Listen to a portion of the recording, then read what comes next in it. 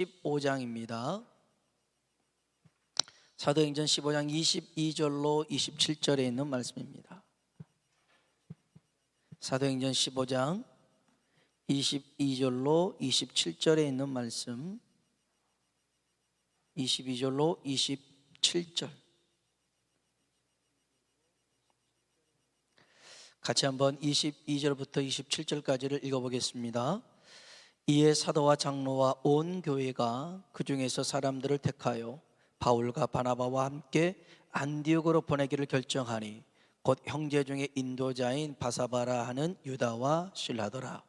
그 편에 편지를 붙여 이르되 사도와 장로된 형제들은 안디옥과 수리아와 길리기아에 있는 이방인 형제들에게 문안하노라.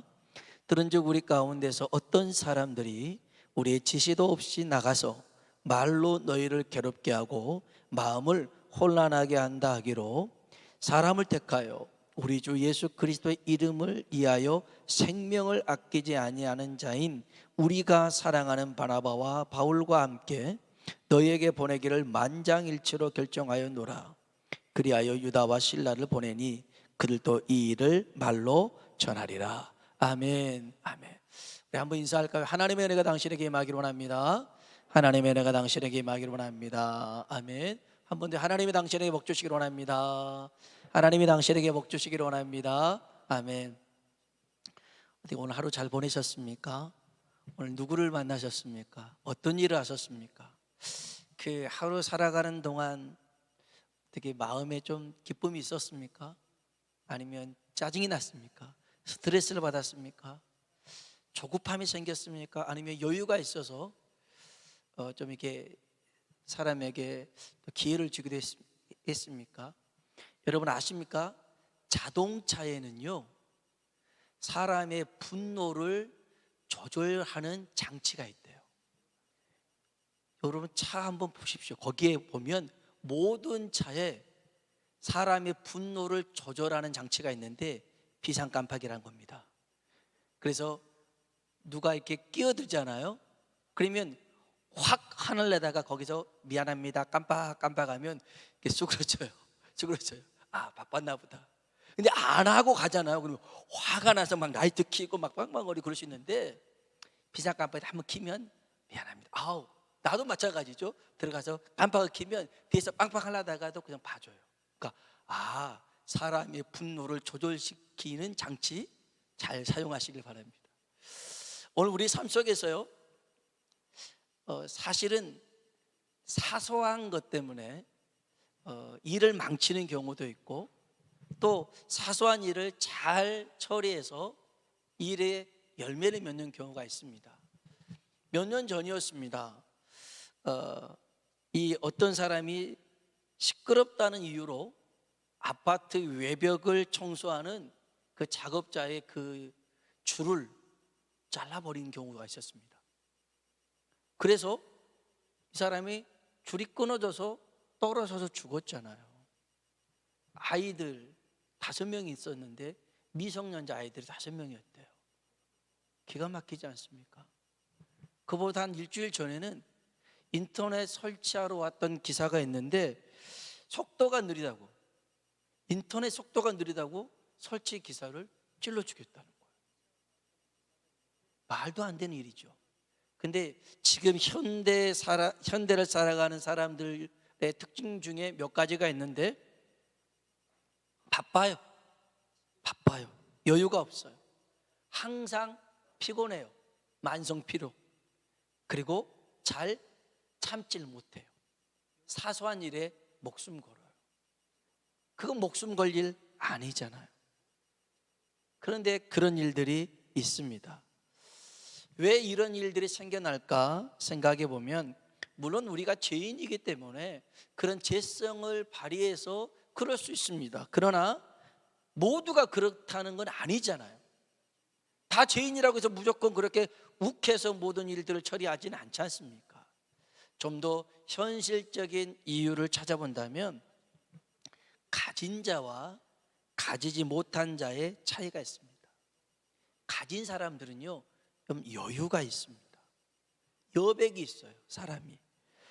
근데 없는 사람은 가지려고 아둥바둥합니다. 그러면서 조바심을 갖습니다. 혹시 여러분들 중에 동학개미 있으십니까? 요즘 주식하는 사람을 동학개미라 하더라고요.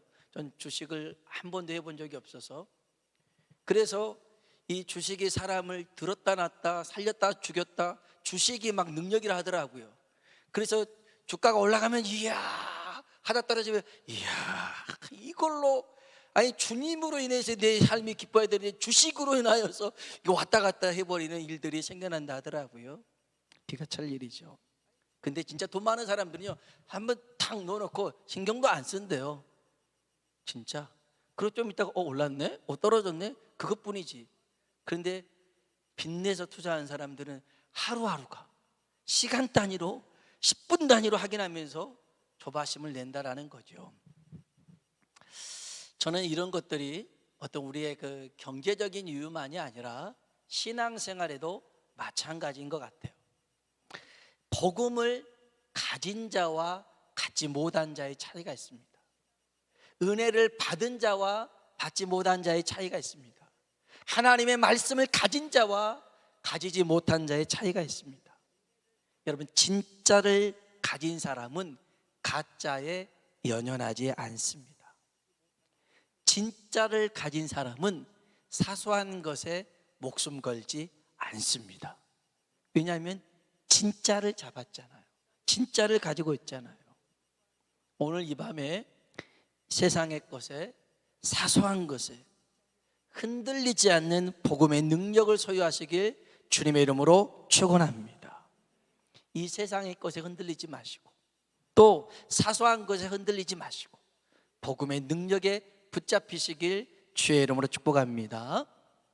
잠깐 배경 설명을 하자면, 예루살렘 교회가 이방인들의 구원 생활, 구원의 방법, 구원 이후의 삶에 대해서 중요한 결정을 내렸다라고 살펴봤어요.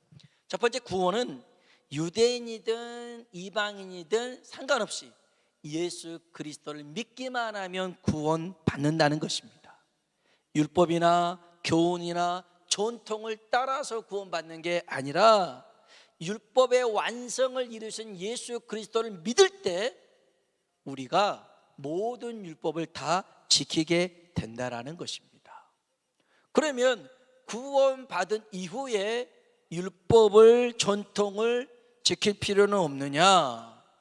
아니, 그 전에 율법도 전통을 지키지 않으면 구원이 취소되느냐? 그러지 않습니다. 우리의 구원은 은혜로 받은 것인 줄로 믿습니다. 은혜로 받았어요. 만일 율법을 지킴으로 구원받았더라면 율법을 못 지켰을 때 우리가 구원받지 못할 텐데, 우리는 은혜로 구원받았다라는 것입니다. 하나님의 그 은혜를 취소하지 않는 이상 우리는 예수 그리스도로 말미암아 구원받은 줄로 믿습니다. 이 구원의 확신을 가지시길 주의 이름으로 축원합니다. 그래서 구원은 내 행위로 받은 게 아니고 값없이 주신 선물, 은혜로 받았다는 것입니다. 그럼 우리가 그냥 막 살아도 되느냐, 내 마음대로 살아야 되느냐? 그건 아닙니다. 우리가 유대인의 전통과 율법을 따르지 않더라도 반드시 예수님을 따라 살아야 됩니다. 예수님을 따라 살아야 돼요. 예수님을 따라 사는 삶은 그 어떠한 것보다 더 높은 하나님의 수준에 맞는 삶입니다. 그래서 요한복음 8장에 보면 가늠하다 현장에서 붙잡힌 여인이 있잖아요. 그 여인은 율법을 어겼습니다. 그래서 돌에 맞아 죽을 뻔한 그 여인을 예수님이 살려주셨죠. 어떻게 해요? 나도 너를 정죄하지 않는다, 용서한다. 그러니 다시 죄를 범하지 말라. 이 여인은 죽지 않기 위해서 율법을 지키는 것이 아니었습니다. 그 나를 용서해 주시고 나를 믿어 주시고 나에게 다시 기회를 주신 예수님께 감사해서 죄를 안 짓는 거였습니다. 이게 엄청난 차이가 있습니다. 오늘 우리가 믿음 생활하는 것은 지옥 가지 않기 위해서 믿음 생활하는 게 아니라, 만일 내가 기도하지 않고 예배드리지 않으면 지옥 간다, 말씀대로 살지 않으면 지옥 간다, 이거 얼마나 조마조마하고 불안하겠어요. 우리는 이렇게 믿음 생활하는 게 아닙니다. 나를 구원해 주시고 나를 자녀 삼아 주시고 나와 함께 하신 하나님께 감사하며 살아가는 것이 우리의 믿음 생활인 줄로 믿습니다. 오늘 저와 여러분이 죄에서는 자유하시고 예수님의 그 은혜 안에서 풍성함을 누리시기에 주의 이름으로 축복합니다. 이렇게 구원의 방법과 구원받은 이후의 삶에 있어서 아주 중요한 결정을 했던 사람이 바나바와 바울입니다. 이제 예루살렘 교회가 이 두 사람으로 인하여서 이러한 결정을 내릴 때 이들을 어떻게 소개하고 있냐면 25절과 26절입니다. 25절, 26절이 같이 이렇게 묶여 있죠. 같이 한번 읽어볼까요? 사람을 택하여 우리 주 예수 그리스도의 이름을 위하여 생명을 아끼지 아니하는 자인 우리가 사랑하는 바나바와 바울과 함께 너희에게 보내기를 만장일치로 결정하였노라. 아멘. 예수 그리스도의 이름을 위하여 생명을 아끼지 않은 자였습니다. 바울과 바나바는 예수님께 목숨을 건 사람입니다. 예수님을 위해서라면 자신의 재물도, 자신의 지식도, 자신의 모든 소유도 배설물로 여겼던 사람들이었습니다. 빌립보서 3장 8절로 9절에 보니까 내가 그를 위하여 모든 것을 잃어버리고 배설물로 여기면 그리스도를 얻고 그 안에서 발견되려 함이니. 아멘. 바울은요 자신의 존재 가치를 예수 그리스도에게서 발견했습니다. 여러분, 오늘 우리의 존재 가치를 예수님에게서 발견하길 주의 이름으로 축복합니다. 내가 가지고 있는 재산에서 내 가치를 발견하는 게 아닙니다. 많다고 해서 존귀하고 없다고 해서 그런 빈약한 사람이 우리가 아닙니다. 건강하든 건강하지 못하든, 배웠든 배우지 않았든. 그래서 이 바울은 바리새인 중에 바리새인이었고 가말레알 문화생의 최고의 수제자였고 로마의 시민권자가 옛날에는 자랑거리였지만 이건 자랑거리가 아니래요. 왜요? 예수를 발견하다 보니 그건 너무 사소한 것들, 작은 것들이었더라는 거예요. 이것에 목매어 살았다니 내가 한심스럽구나 라고 바울이 얘기하더라는 거예요. 오늘 예수 안에서 발견된 사람, 그 사람은 예수님을 드러내고 예수님을 자랑하게 될 줄로 믿습니다.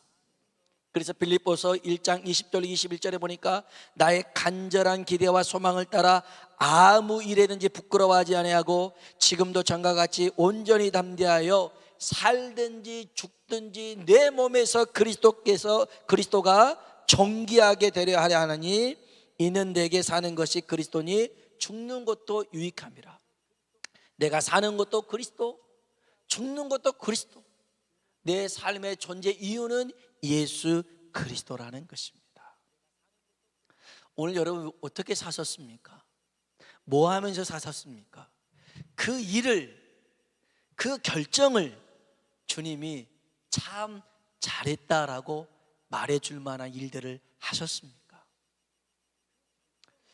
그런 사람이라면 예수님께 목숨을 걸었다 할 수 있습니다. 오늘 우리들의 신앙이 그건 바울이나 바나바나 아닙니다. 예수를 따라가는 사람이라면 하나같이 예수님 안에서 우리의 존재 가치를 발견해야 될, 예수님이 전부가 되어지는 사람이 되어야 될 줄로 믿습니다. 이런 사람들에게는 몇 가지 특징이 있어요. 그 첫 번째는 로마서 9장에서 한번 볼까요? 로마서 9장입니다. 로마서 9장 1절로 3절을 보겠습니다. 예수 그리스도께 목숨을 건 사람들에게 나타나는 특징입니다. 로마서 9장 1절로 3절. 로마서 9장 1절로 3절입니다. 같이 한번 읽어볼까요? 내가 그리스도 안에서 참말을 하고 거짓말을 아니하노라. 나에게 큰 근심이 있는 것과 마음에 그치지 않는 고통이 있는 것을 내 양심이 성령 안에서 나와 더불어 증언하노니 나의 형제 곧 고륙의 친척을 위하여 내 자신이 저주를 받아 그리스도에게서 끊어질지라도 원하는 바로다. 아멘. 바울이 거짓말하지 않고 참말을 한대요. 진짜로 얘기하는 건데 자기 안에 근심이 있대요. 마음 안에 끊이지 않는 고통이 있대요. 그게 뭡니까? 내 형제 고륙의 친척을 위해서 내가 저주를 받고 예수님에게 끊어질지라도 그들이 구원받기를 원한다는 것입니다. 형제를 사랑하는 것입니다. 정말 예수님께 목숨을 건 사람들은요, 요한복음 15장 13절에 보니까 사람의 친구를 위하여 자기 목숨을 버리면 이보다 더 큰 사랑이 없나니. 오늘 예수님을 사랑한다면 우리는 사람들을, 영혼을 사랑해야 될 줄로 믿습니다.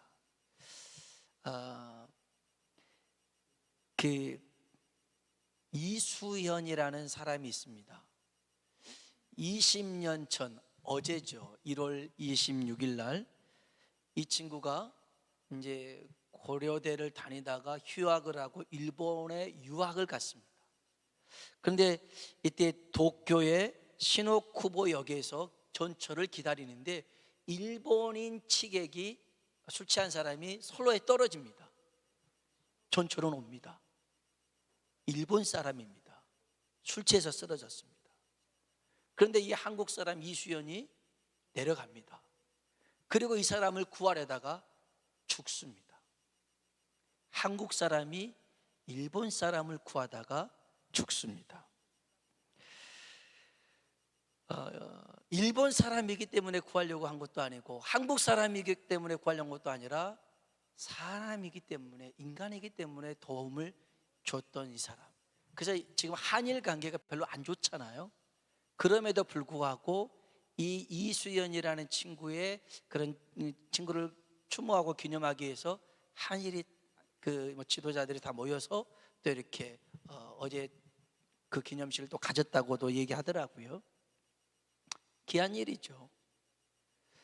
그 어머니가 있습니다. 이제 그 아들이 이렇게 죽고 부산 어린이 대공원에 기념비를 세웠어요. 그래서 이제 거기 매일 가는데 어느 날 거기 갔다 오는데 주변의 사람들이 길게 줄 서 있더라는 거예요. 그래서 뭐 하는 사람이냐고 이렇게 물어봤더니 노숙자들이 밥을 한 끼 얻어 먹으려고 줄을 서 있는 걸 보고 이 엄마가, 이수연 엄마가 집에서 쌀 사고 반찬거리 해가지고, 그때부터 아들이 죽고 한 달 만인데, 죽고 난 다음에 그러니까 그 시간 동안 얼마나 힘들었겠어요. 한 달이면 이게 수습도 안 될 일이잖아요. 그런데 그 사람들 보고 이 사람들을 도와주려고 이렇게 우리 아들의 기념비가 여기 세워졌나 보다 하고 그런 일들을 하더라는 거예요. 물론 이수연 씨나 어떤 그 어머니는 우리와 종교는 다릅니다. 불자입니다. 불교 믿는 불자인데, 그런데 그들에게도 이런 가장 인간으로서 사람을 사랑하는 마음들이 있는데, 하물며 예수 믿는 우리들은 어떤 존재입니까? 예수님이, 하나님이, 신이 인간을 위해서 이 땅에 오셔서 대신 십자가에 죽고 살려낸 우리들 아닙니까? 그 사랑을 받은 우리는 더더욱 이 사랑을 실천하며 섬기며 살아야 되지 않겠습니까? 이게 예수님의 정신 아니겠습니까? 오늘 이 마지막 시대에 우리 정신 똑바로 차리고 예수님의 사랑을 전하며 살아가길 주의 이름으로 축원합니다. 그래서 교회가, 우리들이 전도의 문을 막는 그런 걸림돌이나 장애물 되지 않고 오히려 디딤돌이 되고 주 앞으로 이끄는 징검다리가 될 수 있길 주의 이름으로 축복합니다. 두 번째로는요, 이 예수님께 목숨을 건 사람들의 특징은 사명을 잘 감당하더라는 것입니다. 사명의 사람이에요. 영혼을 사랑할 뿐만 아니라 주신 사명을 잘 감당해요. 그래서 사도행전 20장 24절에 보면 내가 달려갈 길과 주 예수께 받은 사명 곧 하나님의 은혜의 복음을 증언하는 일을 마치려 하면은 나의 생명조차 조금 더 귀한 것으로 여기지 아니하노라. 내 생명보다 더 귀한 거 있다는 거죠. 그게 뭐예요? 사명입니다. 사명입니다.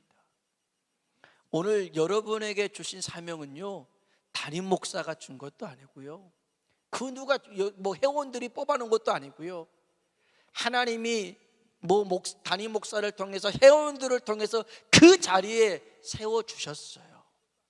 하나님이 우리를 충성되게 여겨서 세워주셨어요.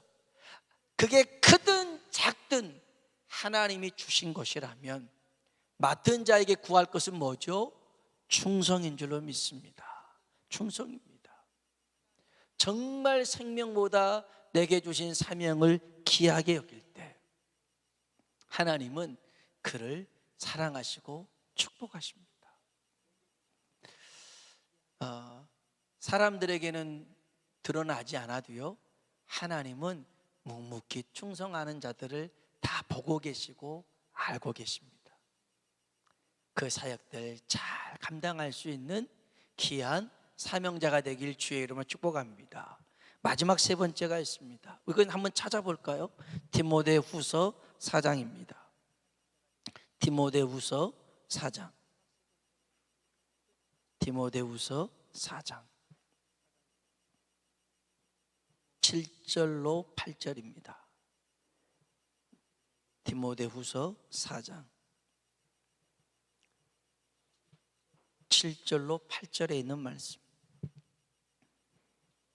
디모데후서 4장 7절로 8절 346쪽에 있습니다. 같이 한번 읽어봅시다.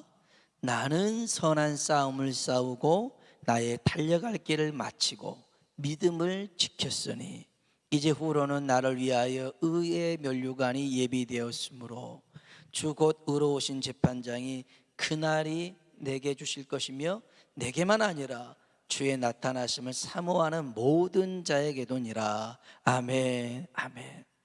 내가 선한 싸움 싸우고 나의 달려갈 길을 마쳤다는 거예요. 사명 잘 감당했습니다.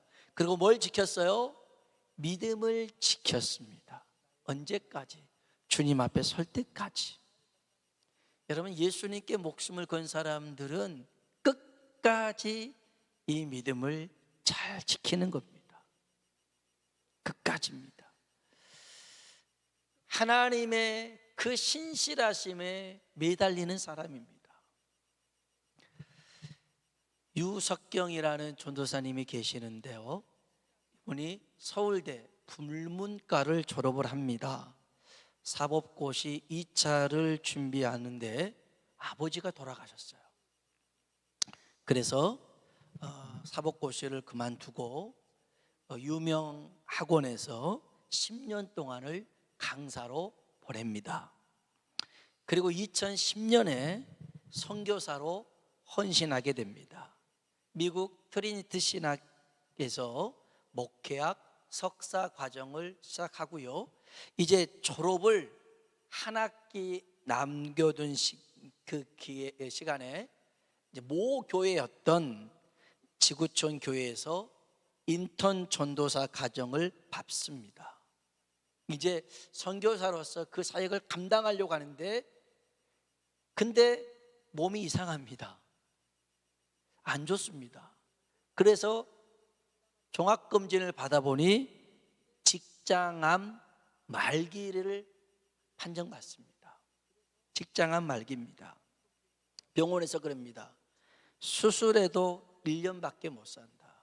근데 이건 수술하고 또 항암 치료받고 방사선 치료받고 이런 모든 과정이 1년이란 말이에요. 그렇게 해도 1년밖에 못 살 거 나 수술 받지 않겠다. 이 기간 동안 단 한 명에게라도 복음을 전하겠다라고 이 유석경 전도사님이 이제 결심을 하고 자기를 불러주는 큰 교회든 작은 교회든 선교단체든지 간에 가서 복음을 전합니다. 병원에서는 1년밖에 못 산다고 했었는데요, 3년이나 더 삽니다. 그러다가 2016년 3월 5일 날 하나님 앞에 이제 그 품에 안기게 됩니다. 근데 마지막 늘 그 전도사님이 외쳐서 전했던 그 메시지 중에 제일 많았던 게 뭐냐면 고난 중에 기뻐하라였어요. 고난 중에 기뻐하라. 그러면서 이 얘기를 합니다. 빼놓지 않고 하는 말 중에 하나님은 가장 좋은 것을 내게 주신다. 그럽니다. 자기 직장은 말기잖아요. 1년밖에 못 산다잖아요. 그런데 하나님이 내게 가장 좋은 걸 줬다고요? 말이 됩니까? 말도 안 되는 소리라고 따져야죠. 항변해야죠. 그런데 이 전도사님, 하나님은 내게 가장 좋은 것을 줬습니다. 그건 세상에 줄 수 없는 거죠. 세상에 알 수도 없는 겁니다. 그분이 예수 그리스도고, 예수 그리스도로 말미암아 우리에게 기쁨과 평안이 주어졌더라는 것입니다. 그래서 고난 속에서도 기뻐할 수 있더라는 것입니다. 여러분은 고난에 어떤 태도를 보이십니까? 제가 주일날에도 말씀드렸잖아요. 문제가 있습니다. 상황이 안 좋습니다. 그럴 때 여러분은 항상 기뻐하십니까?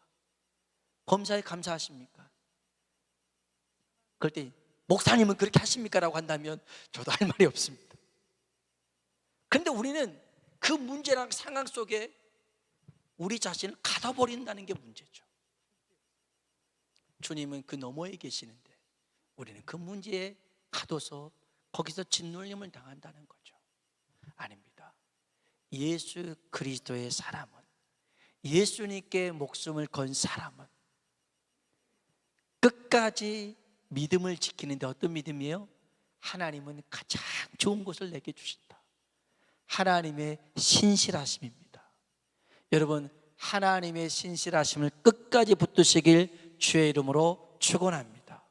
오늘 저와 여러분이 사소한 일에 목숨 걸지 말고요, 예수님에 관한 일에 목숨 걸어서 정말 형제를 사랑하고 주신 사명을 감당하고 우리의 믿음을 잘 지키는 하나님의 사람들 되시길 주의 이름으로 축원합니다. 우리 같이 한번 찬양을 불러볼까요? 오직 주의 사랑에 매여라는 찬양이 있습니다. 복음성가인데요, 우리 같이 한번 이 찬양을 부르시고 함께 기도하겠습니다. 오직 주의 사랑에 매여.